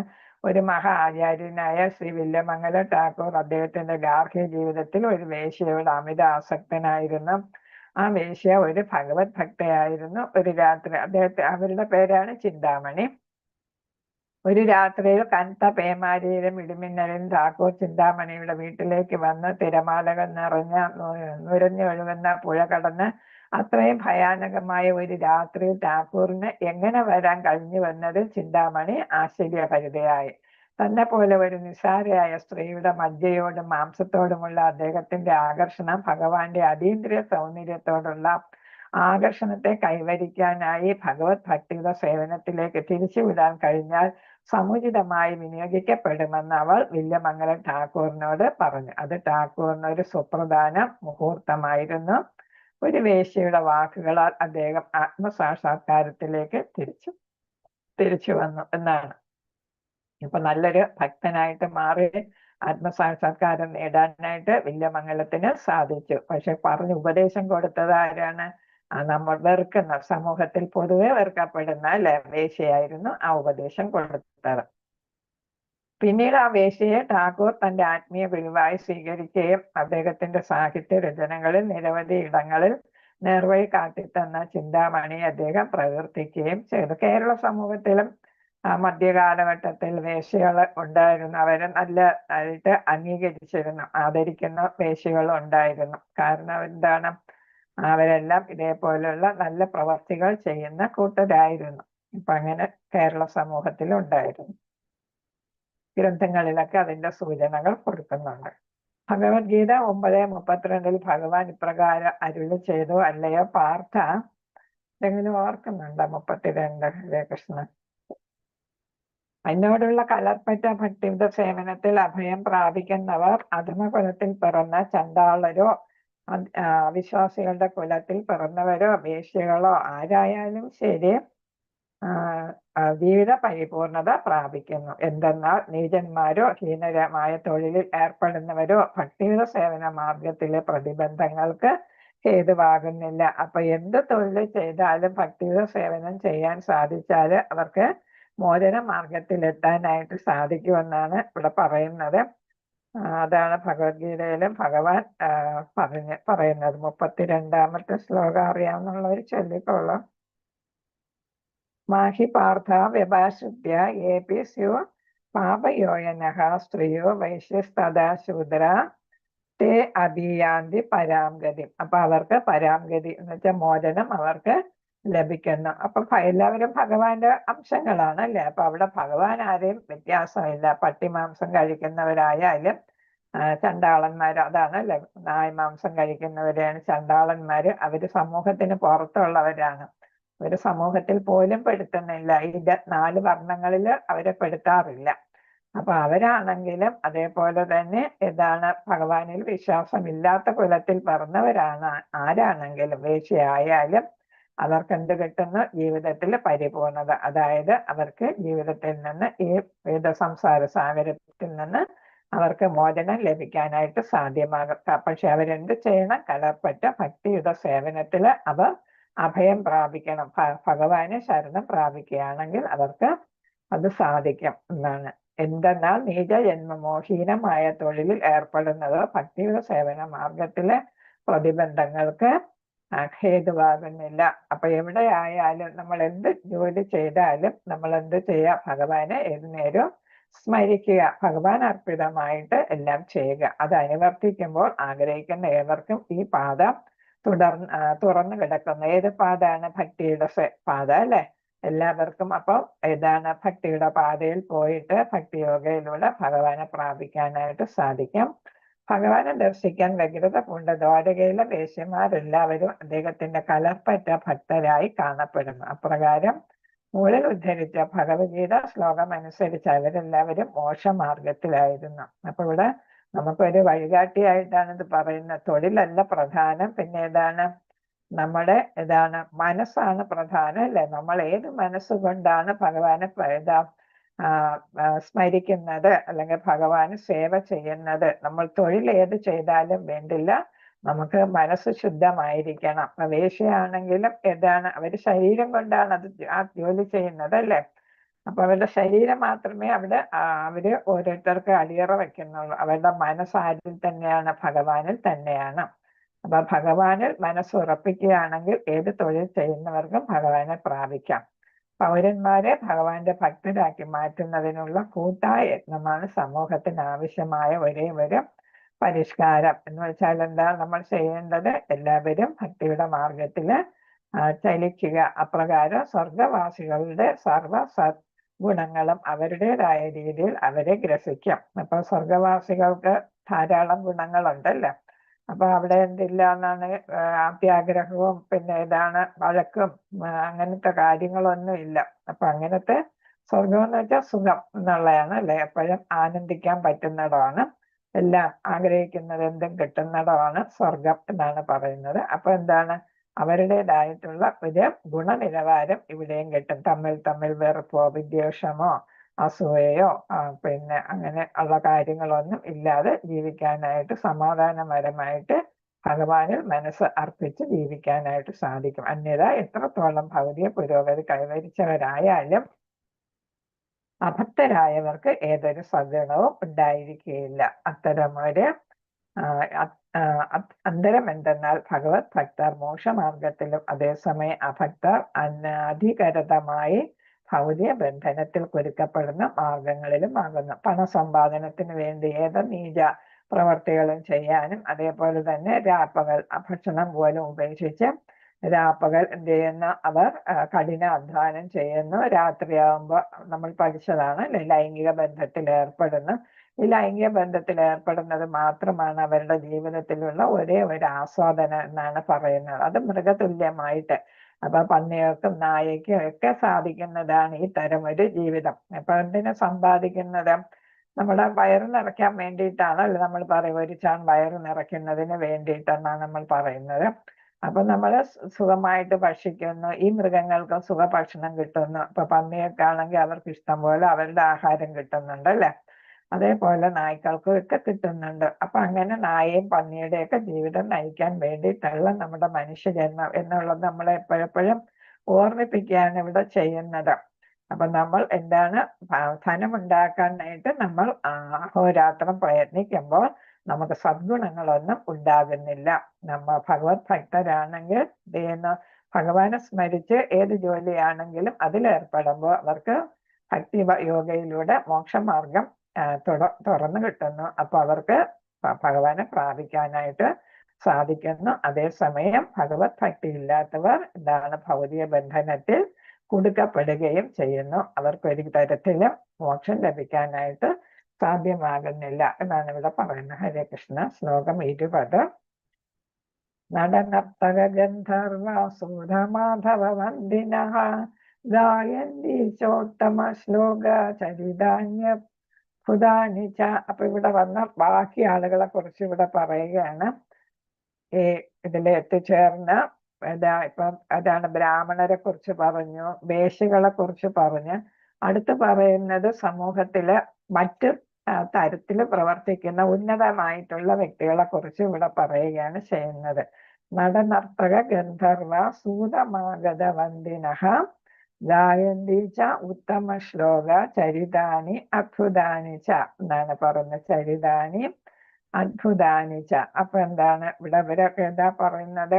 പദാനുപദാർത്ഥ ശീല പ്രഭാതർക്ക് നടന്മാർ എന്നുവെച്ചാൽ നാടകമൊക്കെ നടിക്കുന്നവർ, നർത്തകന്മാർ, ഡാൻസേഴ്സ്, ഗന്ധർവ സ്വർഗലോക ഗായകർ, സൂത ചരിത്രകാരന്മാർ, മാഗധ വംശചരിത്രജ്ഞർ, വന്ദിനഃ അഭിജ്ഞരായ പ്രാസംഗിക ഗായന്തി അവരെല്ലാം കീർത്തിക്കുന്നു. ച യഥ അനുക്രമം ഉത്തമ ശ്ലോക പരമ പുരുഷ ഭഗവാൻ, ചരിതാനി പ്രവർത്തനങ്ങൾ, അത്ഭുതാനി എല്ലാം അതിമാനുഷികമായ. അപ്പൊ ഭഗവാന്റെ അതിമാനുഷികമായ പ്രവർത്തനങ്ങളെ കുറിച്ചെല്ലാം ആര് പ്രകീർത്തിക്കുന്നു? ഈ എത്തിച്ചേർന്ന നടന്മാരും നർത്തകന്മാരും ഗന്ധർവന്മാരും ചരിത്രകാരന്മാരും ചരിത്രജ്ഞരും പ്രസംഗകരും എല്ലാവരും അതൊക്കെ പറഞ്ഞിട്ട് ഭഗവാനെ പുകഴ്ത്തുകയാണ് ചെയ്യുന്നത്. ഇതെല്ലാം സമൂഹത്തിൽ അത്യാവശ്യം വേണ്ട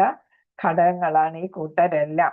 കാരണം എന്താണ്? നടന്മാർ അവരുടെ എല്ലാം വിഷയം എപ്പോഴും ഭഗവാനുമായിട്ട് ബന്ധപ്പെടുന്ന കാര്യങ്ങളായിരിക്കും അല്ലെ. നമ്മുടെ ക്ഷേത്രങ്ങളിലൊക്കെ നമുക്കറിയാം, ഡാൻസ് എന്ന് പറയുമ്പോ ബാലെ എന്നൊക്കെ നമ്മൾ മുമ്പ് പ്രധാനമായിട്ടുള്ള ഒരു കാര്യമായിരുന്നു അല്ലെ. ബാല ഇപ്പൊ ഇല്ലേ ക്ഷേത്രങ്ങളില്? ഹരേ കൃഷ്ണ. വലിയ ക്ഷേത്രങ്ങളില് വലിയ ബാലെ ട്രൂപ്പൊക്കെ വരുമായിരുന്നു, ഇല്ല ഇപ്പൊ അതിന്റെ? ചിലയിടത്തൊക്കെ ഉണ്ട് മാതാജി, പക്ഷെ വളരെ ആ കുറവാണ്. പണ്ടുള്ള പോലൊന്നും ഏതൊക്കെ ഇല്ല. ഏതൊക്കെ അത് എന്നാലും വളരെ ഉണ്ട്. പ്രധാനപ്പെട്ടായിരുന്നു ബാലെ ട്രൂപ്പ് അല്ലെ. അപ്പൊ അവര് ഭഗവാനുമായിട്ട് ബന്ധപ്പെട്ട വിഷയങ്ങളായിരിക്കും ബാലയില് അവതരിപ്പിക്കുന്നത്. ഒരുപാട് സമയം എടുത്ത് അല്ലെ, മണിക്കൂറുകളോളം ഉള്ള ഒരു നടനമായിരുന്നു അത്. അപ്പൊ എന്താണെങ്കിലും ഇത് ഭഗവാനുമായിട്ട് ബന്ധപ്പെട്ട് അല്ലെങ്കിൽ സമൂഹത്തിലെ അല്ലെങ്കിൽ സംസ്കാരത്തിന്റെ ഭാഗമായിട്ട് വരുന്ന അപ്പൊ പ്രധാന വിഷയങ്ങളായിരിക്കും അവർ അവതരിപ്പിക്കുന്നത്. നർത്തകരാകുമ്പോഴും അവർക്കും ഡാൻസ് എന്ന് പറയുമ്പോൾ അതിനും ഒരു തീം ഉണ്ടായിരിക്കും അല്ലെ. വെറുതെ ഡാൻസ് കളിക്കുകയല്ല അല്ലെ, അതിനും ഒരു തീമുണ്ട്. നമ്മളിപ്പോ എന്താ തിരുവാതിര എന്ന് പറയുമ്പോൾ അതിനും ഒരു തീമുണ്ടല്ലേ. അപ്പം സംസ്കാരത്തിന്റെ ഭാഗമായിട്ടാണ് അതെല്ലാം ചെയ്യുന്നത്. ഡ്രാമ അതൊക്കെ ഭഗവാനുമായിട്ട് ബന്ധപ്പെട്ട വിഷയങ്ങളെടുത്ത് ചെയ്യുന്നത്. അപ്പൊ ഇതെല്ലാം ഈ ലോക ഗായകർ എന്ന് പറയുമ്പോഴും അവരും ഭഗവാനെ പുകഴ്ത്തിയാണ് പാടുന്നത്. പിന്നെ ചരിത്രകാരന്മാർ എന്ന് പറയുമ്പോൾ സമൂഹത്തിലെ സംഭവങ്ങൾ, ചരിത്രം എന്ന് പറയുമ്പോൾ യാഥാർത്ഥ്യങ്ങൾ അതേപടി രേഖപ്പെടുത്തി വെക്കുന്നതിനാണ് ചരിത്രം എന്ന് പറയുന്നത്. റൈറ്റിംഗ് ദ ട്രൂത്ത് എന്നാണ്. സത്യത്തെ സത്യമായിട്ട് രേഖപ്പെടുത്തുകയാണ് ചരിത്രകാരന്റെ ലക്ഷ്യം. അതാണ് അദ്ദേഹത്തിന്റെ കടമ. വളച്ചൊടിവില്ലാതെ യഥാർത്ഥത്തിൽ അത് രേഖപ്പെടുത്തുക എന്നാണ്. പിന്നെ വംശചരിത്രജ്ഞന്മാർ, അപ്പൊ നമ്മൾ പറയുന്നത് ഫാമിലി ട്രീ എന്ന് പറയും. എന്ന് വെച്ചാൽ ഒരു വംശത്തിനെ കുറിച്ച് അതിന്റെ ഉത്ഭവം മുതൽ മുതുമുത്തച്ഛൻ മുതല് അങ്ങോട്ടല്ലേ. അപ്പൊ ഏറ്റവും താഴെ മുതുമുത്തച്ഛനായിരിക്കും. പിന്നെ അതിങ്ങനെ വളർന്ന് പല പല ശിഖരങ്ങളായിട്ട് പോകും. അടുത്ത ജനറേഷൻ അതിന്റെ മേളിൽ ഉള്ള ശിഖരങ്ങളായിട്ട് വരിക. അതിന്റെ അടുത്ത ജനറേഷൻ അതിന്റെ മേളിലുള്ള ശിഖരങ്ങളായിട്ട്. അപ്പൊ അത് കണ്ടുവരുമ്പോ ഒരു പടർന്ന് പന്തലിച്ച വൃക്ഷമായിട്ട് നമുക്ക് തോന്നാം, ആൽമരം പോലെ. അത്രയ്ക്ക് വലുതായിട്ടുള്ള വംശാവലിയാണ് നമുക്ക് ചരിത്രജ്ഞർ എന്ത് ചെയ്യുന്നത്, പ്രസന്റ് ചെയ്യുന്നത്. അപ്പൊ അവരും ഒരു സമൂഹത്തിന്റെ അല്ലെങ്കിൽ ഒരു വംശത്തിന്റെ ചരിത്രം രേഖപ്പെടുത്താനായിട്ട് ഏറ്റവും അത്യാവശ്യമായവരാണ്. പിന്നെ പ്രാസംഗികർ, അവരും പ്രധാന വിഷയങ്ങളെയാണ് അവതരിപ്പിക്കുന്നത്. അതും ഒരു കലയാണ് അല്ലെ, പ്രസംഗം ഒരു കലയാണ്. അപ്പൊ ഇതെല്ലാവരും എന്ത് ചെയ്യുന്നു? ഭഗവാൻ ഇവിടെ ചുരുക്കത്തിൽ ആരാണ്? ഭഗവാനെ പ്രകീർത്തിക്കുകയാണ് ചെയ്യുന്നത്. ഭഗവാൻ ആരാണ്? പരമപുരുഷ ഭഗവാനാണ്. അപ്പൊ അദ്ദേഹത്തിന്റെ പ്രവർത്തനങ്ങളും അതിമാനുഷികമായിട്ടുള്ള പ്രവർത്തനങ്ങളെ കുറിച്ചെല്ലാം ഇവിടെ ഈ കൂട്ടരെല്ലാം വിശദീകരിക്കുന്നു. അപ്പൊ അവരും ഏത് ഘോഷയാത്രയിൽ എത്തിച്ചേർന്നിട്ടുണ്ടല്ലേ. അപ്പൊ സമൂഹത്തിലെ പ്രധാനപ്പെട്ട ഒരു വിഭാഗക്കാരാണ് ഇവരും. വിവർത്തന ഭാവാർത്ഥം ശീല പ്രഭാതർക്ക് ഇതേ ഭഗവാന്റെ അതിമാനുഷ്യ ലീലകളാൽ പ്രചോദിതരായി വിദഗ്ധരായ നാടകക്കാരും കലാകാരന്മാരും നർത്തകരും ഗായകരും പുരാവൃത്തകരും വംശചരിത്രകാരന്മാരും വിദൂഷികളായ പ്രസംഗകരും അല്ലെ. നമ്മൾ വിദൂഷികളാണ് എന്ന് വെച്ചാൽ നമ്മളിപ്പോ ഓട്ടം തുള്ളൽ, അതൊരു വിദൂഷകനാണ് അവിടെ അല്ലെ വരുന്നത്.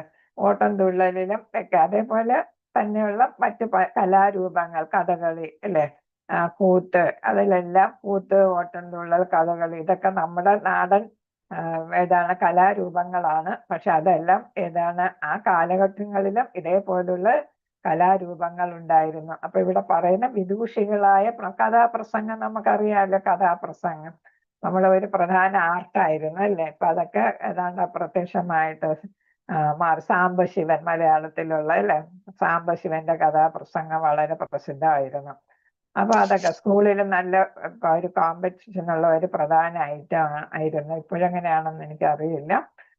കഥാപ്രസംഗം. അപ്പൊ ഇതൊക്കെ എന്താണ് വിദൂഷികളാണ്. അപ്പൊ തമാശ രൂപത്തിൽ കാര്യങ്ങൾ അവതരിപ്പിക്കുന്നു. സമൂഹത്തിൽ നടക്കുന്ന പ്രധാന സംഭവങ്ങൾ നല്ലതും ചീത്തയുമായിട്ടുള്ള അവരുടെ പ്രത്യേകത എന്ന് പറയുന്നത് എന്താന്ന് വെച്ചാല് വിദൂഷകർക്ക് ആരെ വേണമെങ്കിലും എന്ത് ചെയ്യാം, ആരെ കുറിച്ച് വേണമെങ്കിലും അവർക്ക് പറയാം. അതിനുള്ള ഒരു അവകാശം അവർക്കുണ്ടായിരുന്നു. അപ്പൊ ഒരു തെറ്റൊരു രാജാവ് ചെയ്താലും വിദൂഷകന് വിദൂഷ പ്രസംഗത്തില് അത് അവതരിപ്പിക്കാനായിട്ട് സാധിച്ചിരുന്നു. ആരും ക്വസ്റ്റ്യൻ ചെയ്യത്തില്ല അത്. അപ്പൊ കുറ്റം ആരോപിക്കത്തില്ല. അല്ലാതെ പറയുമ്പോ അത് കുറ്റമായിട്ട് വരും അല്ലെ, ഒരു ക്രിമിനൽ ഒഫൻസ് ആയിട്ട് വരും. ഇതാണെങ്കിൽ അങ്ങനെ വരത്തില്ല. കാരണം തെറ്റ് ചൂണ്ടിക്കാണിക്കുകയും ചെയ്യുന്നു. കുഞ്ചൻ നമ്പ്യാരുടെ പല എന്താണ് ചൊല്ലുകളും ഒക്കെ അങ്ങനെ ആരെങ്കിലും ഓർക്കുന്നുണ്ടോ? കുഞ്ചൻ നമ്പ്യാർ ഏതെങ്കിലും ചൊല്ല്? ഓട്ടംതുള്ളലിൽ ഏതെങ്കിലും പ്രധാനപ്പെട്ട കാര്യങ്ങള്? നമ്മുടെ മാർഗേറ്റ് അതുണ്ട്. പിന്നെ അതുണ്ട്. പിന്നെ ഏതാണ് പിന്നെ ഏതാ പറയുന്നത്? രണ്ടേ കാലെന്ന് ചോദിച്ചു രണ്ടേ കാലെന്ന് തയ്യനും ഉണ്ടോ കാലെന്ന് പണ്ടാല ഉണ്ടില്ലെന്ന് ഇത്ര നേരം അല്ലെ. അപ്പൊ രാജാവ് രണ്ടേ കാല് ഇടങ്ങഴി എന്തായാലും ഒരു മെഷർമെന്റ് ആണ്, അത് കൊടുക്കാൻ പറഞ്ഞു. അപ്പൊ രണ്ടേ കാലെന്ന് അങ്ങ് കൽപ്പിച്ചു, രണ്ടേ കാലെന്ന് തയ്യന്. ഞാനും പറഞ്ഞു രണ്ടേ കാലെന്ന്. അപ്പൊ അവിടെ കൊടുക്കുന്ന ആള് ചോദിച്ചു, അതിന് ചാർജുള്ള ആളെന്ന് ചോദിച്ചു എന്താ ഉണ്ടോ കാൽ എന്നാണ്. പണ്ടാല ചോദിച്ചു കാൽ ഭാഗം ഉണ്ടോ, രണ്ടല്ലേ ഉള്ളു, രണ്ടേ കാലുണ്ടോ എന്നാണ്. ഉണ്ടോ കാലെന്ന് പണ്ടാല. അപ്പൊ അത് കാരണം എന്താ ഞാൻ വാങ്ങിച്ചില്ല, ഉണ്ടില്ലിന് ഇത്ര നേരവും എന്നല്ലേ. അപ്പൊ അങ്ങനെയുള്ള ദീപസ്തംഭം മഹാശ്ചര്യം, എനിക്കും കിട്ടണം പണം. എല്ലാരും ഇപ്പൊ അതൊക്കെ മറന്നുപോയല്ലേ. ഇതൊക്കെ മുമ്പ് നമ്മൾ എപ്പോഴും കേൾക്കുകയും പറയുകയൊക്കെ ചെയ്യുന്ന കാര്യങ്ങളായിരുന്നു. നിങ്ങളൊന്നും പറയത്തില്ലായിരുന്നു ഇതൊന്നും? മാതാജി വേറെ ഒരു ശ്ലോകമാണ്. നമ്പിയാരെന്ന് ചോദിച്ച് നമ്പിയാരെന്ന് ചൊല്ലി ഞാൻ തമ്പി കേട്ടത് കോപിച്ച് തമ്പുരാനെ വെറുക്കുന്നു. പിന്നെ കാതിലോല നല്ല താളി അങ്ങനെ പറഞ്ഞു. അത് അങ്ങനെയുണ്ട്. അങ്ങനെയൊക്കെ കുറെ അപ്പൊ ഉണ്ട്. ഒരുപാട് കരി കലക്കിയ വെള്ളം, കലഭം കലക്കിയ വെള്ളം. അപ്പൊ ഇതൊക്കെ എന്താ തമ്പുരാനെ. അതൊക്കെ പറയുന്നത് എന്താണ്? അപ്പൊ ഇതൊക്കെ കവിതാ രൂപത്തില് പ്രധാനപ്പെട്ട കുറ്റങ്ങളാണ് അവിടെ ചൂണ്ടിക്കാണിക്കുന്നത് അല്ലെ. ഭരണത്തിലുള്ള കോട്ടങ്ങളാണ് അവിടെ ചൂണ്ടിക്കാണിക്കുന്നത്. അപ്പൊ ഇതെല്ലാം സമൂഹത്തിൽ ആവശ്യപ്പെട്ട ഘടകങ്ങളാണ് ഇവരെല്ലാം എന്നാണ്. 5000 വർഷങ്ങൾക്ക് മുമ്പ് നാടകക്കാർ, കലാകാരന്മാർ ഇവരെല്ലാം ഉണ്ടായിരുന്നു. ഇവരുടെ എല്ലാം സേവനം സമൂഹത്തിന് ആവശ്യമായിരുന്നു എന്ന് വെളിപ്പെടുന്നു. നർത്തകർ, ഗായകർ, നാടക കലാകാരന്മാർ എന്നിവർ മിക്കവാറും ശൂദ്ര സമൂഹത്തിൽ നിന്നുള്ളവരും അതേസമയം പണ്ഡിതരായ പുരാവർത്തകർ, വംശചരിത്രകാരന്മാർ, പൊതുപ്രാസംഗികർ എന്നിവർ ബ്രാഹ്മണ സമൂഹത്തിൽ നിന്നും വന്നവരായിരുന്നു. അപ്പൊ ഇവിടെ എടുത്തു പറയുന്ന എന്താണ്? ബ്രാഹ്മണരും അതേപോലെ ക്ഷത്രിയരും പിന്നെ അതുപോലെ വൈശ്യരും ഒക്കെ ഓരോ പ്രത്യേക കടമകളൊക്കെ പറയുന്നുണ്ടല്ലേ വർണ്ണ ആശ്രമ വ്യവസ്ഥയില്. അതേസമയം ശൂദ്രരെ പാദസേവകരെന്നാണ് പറഞ്ഞിരുന്നത് അല്ലെ. പക്ഷെ അവർക്ക് അവരുടേതായിട്ടുള്ള സ്ഥാനം സമൂഹത്തുണ്ടെന്ന് ഇതിൽ നിന്നാണ് മനസ്സിലാക്കുന്നത്. നർത്തകർ, ഗായകർ, നാടക കലാകാരന്മാരെല്ലാം ശൂദ്ര സമൂഹത്തിലാണ്. അപ്പൊ അവരും സമൂഹത്തിന്റെ സാംസ്കാരിക രംഗത്തിന്റെ ഭാഗമാണ് എന്നാണ്.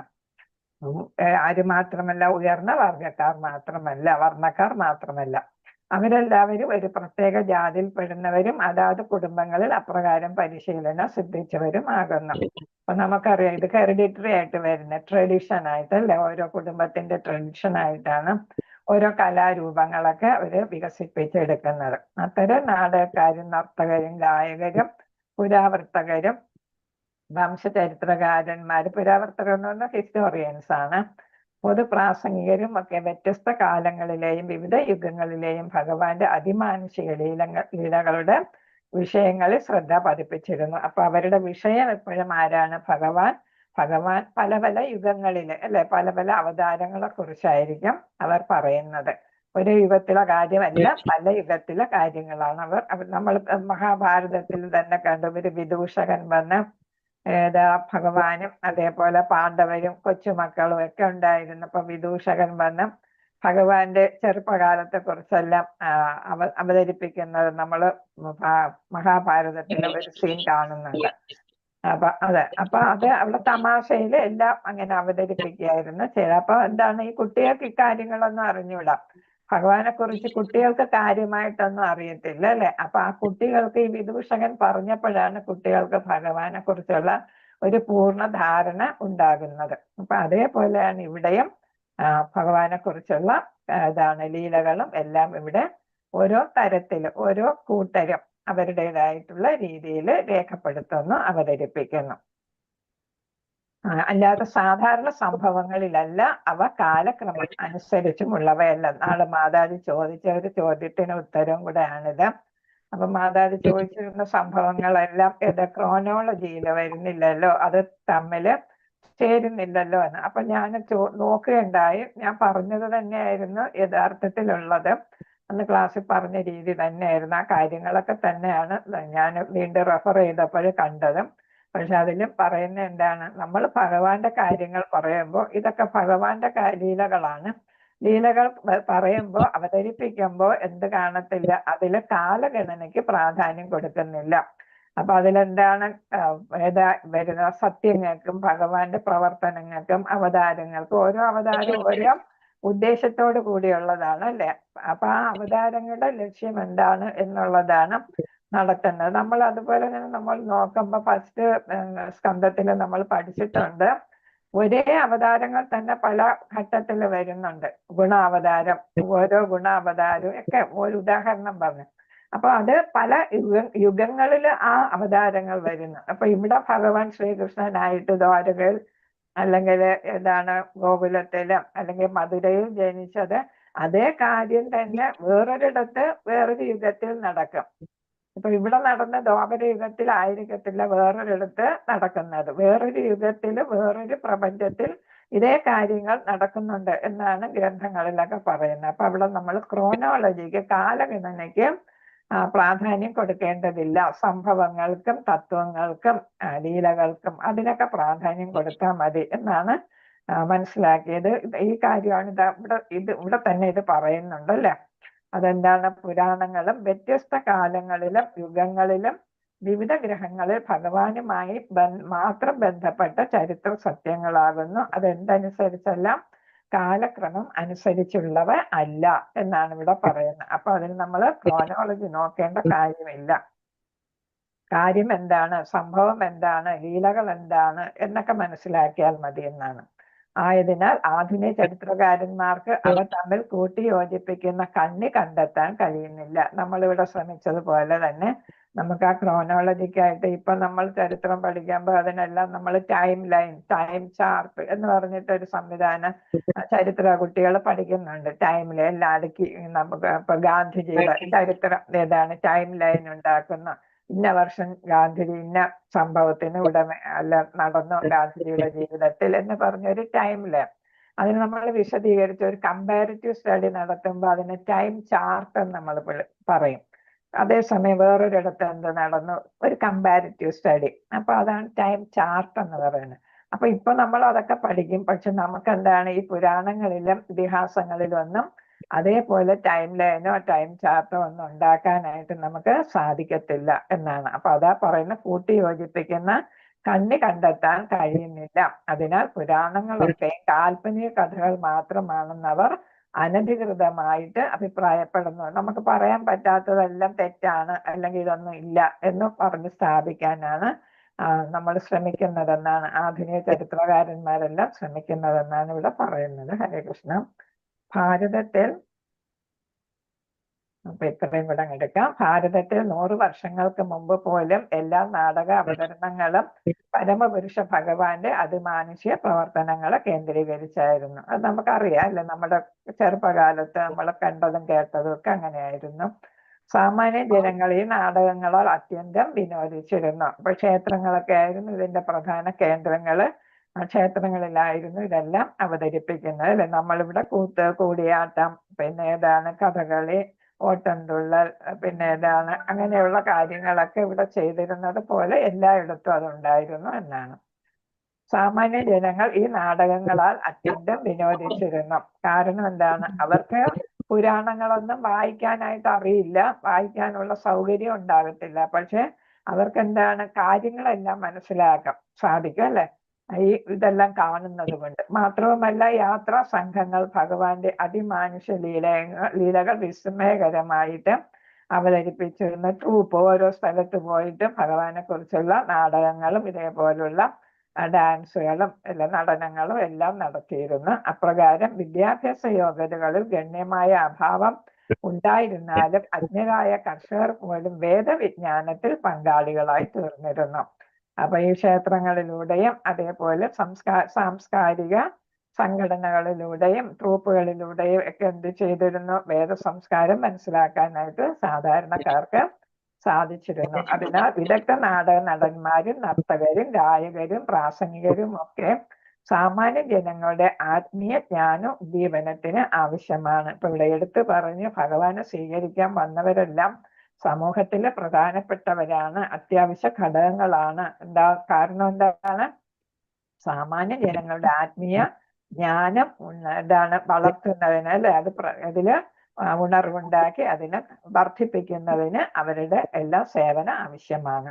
വംശചരിത്രകാരന്മാർ ഒരു പ്രത്യേക കുലത്തിലെ മുഴുവൻ അനന്തരഗാമികളെ കുറിച്ചുള്ള പൂർണ്ണ വിവരം നൽകുന്നു. ഞാൻ പറഞ്ഞില്ല ഫാമിലി ട്രീ, ഇപ്പോഴൊക്കെ അതൊരു എല്ലാവരും ചെയ്യുന്ന ഒരു കാര്യമാണ്. ഇപ്പൊ നല്ല വലിയ കുടുംബങ്ങളിലുള്ളവരെല്ലാം ഈ കുടുംബ ചരിത്രം രേഖപ്പെടുത്തുന്നു, അതിൽ വംശാവലി രേഖപ്പെടുത്തുന്നു. അതാണ് ഫാമിലി ട്രീ എന്ന് ഞാൻ പറഞ്ഞത്. ഇപ്പോഴും ഭാരതത്തിലെ തീർത്ഥാടന കേന്ദ്രങ്ങളിലെ മാർഗ ഉപദേഷ്ടാക്കൾ നമ്മൾ പോകുമ്പോ ട്രിപ്പിനൊക്കെ പോകുമ്പോ പിൽഗ്രിമേജിനൊക്കെ പോകുമ്പോ നമ്മളെ വഴികാട്ടിയായിട്ട് ഗൈഡ്സ് അല്ലേ, അവരെന്ത് ചെയ്യുന്നു? പുതുതായിട്ട് വരുന്ന തീർത്ഥാടകർക്ക് വംശാവലിയെ കുറിച്ച് മുഴുവൻ വിവരണവും നൽകുന്നു. ഇത്തരം അത്ഭുതാവഹമായ പ്രവൃത്തി പലപ്പോഴും അവണ്ണമുള്ള പ്രധാന വിവരണങ്ങൾ സ്വീകരിക്കുന്നതിനായി അധികം ഉപഭോക്താക്കളെ ആകർഷിക്കുന്നു. അപ്പൊ നമ്മൾ പോകുമ്പം വലിയ രൂപ കൊടുക്കേണ്ടി വരും നല്ല ഗൈഡ്സിനെ കിട്ടണമെങ്കിൽ. അപ്പൊ നമ്മൾ ഗൈഡുമായിട്ട് പോയാല് നമുക്ക് എല്ലാ കാര്യങ്ങളും അവര് പറഞ്ഞു തരും അല്ലെ. ഇപ്പൊ ഇവിടെ പോയാൽ തന്നെ എല്ലാ ക്ഷേത്രങ്ങളിലും ലേസ്കോണിന്റെ എല്ലാ ക്ഷേത്രങ്ങളിൽ പോയാല് അവിടെയുള്ള വൃന്ദാവനമാണെങ്കിലും എല്ലായിടത്തും പോയാൽ ഇതേപോലെ ഗൈഡ്സ് ഉണ്ടെങ്കിൽ സകല വിവരവും നമുക്ക് അവര് പറഞ്ഞു തരും. അപ്പോഴാണ് നമുക്ക് നമ്മുടെ ആ നമുക്കൊരു പിൽഗ്രിമേജ് കൊണ്ട് ഒരു പൂർണ്ണത കൈവരിക്കാനായിട്ട് നമ്മൾ സാധിക്കുന്നത്. നമുക്ക് പലതും അറിയത്തില്ലായിരിക്കും. അപ്പൊ അങ്ങനെ അവരുടെ ഗൈഡൻസിൽ പോയാൽ നമുക്ക് എല്ലായിടത്തും പോയി എല്ലാം കാണാനും നമുക്ക് തൊഴാനും കാര്യങ്ങൾ കൂടുതൽ മനസ്സിലാക്കുമ്പോൾ നമുക്ക് ഭഗവാനോട് കൂടുതൽ ഭക്തി ഉണ്ടാകും അല്ലെ. ഭക്തിയിൽ നമുക്ക് ഉയരാനും ഒക്കെ സാധിക്കുന്നു. അപ്പൊ നമുക്ക് അങ്ങനെ ധാമത്തിലെ വാസം പൂർണ്ണമാക്കാനായിട്ട് ഈ ഗൈഡ്സിന്റെ സഹായം നമ്മളെ സഹായിക്കുകയാണ് ചെയ്യുന്നത്. ഹരേ കൃഷ്ണ. വാഞ്ചകൽപത രൂപശ്ച കൃപാ സിന്ധുഭ്യേവ പതിദാനം പാവനേഭ്യോ വൈഷ്ണവേഭ്യോ നമോ നമഃ.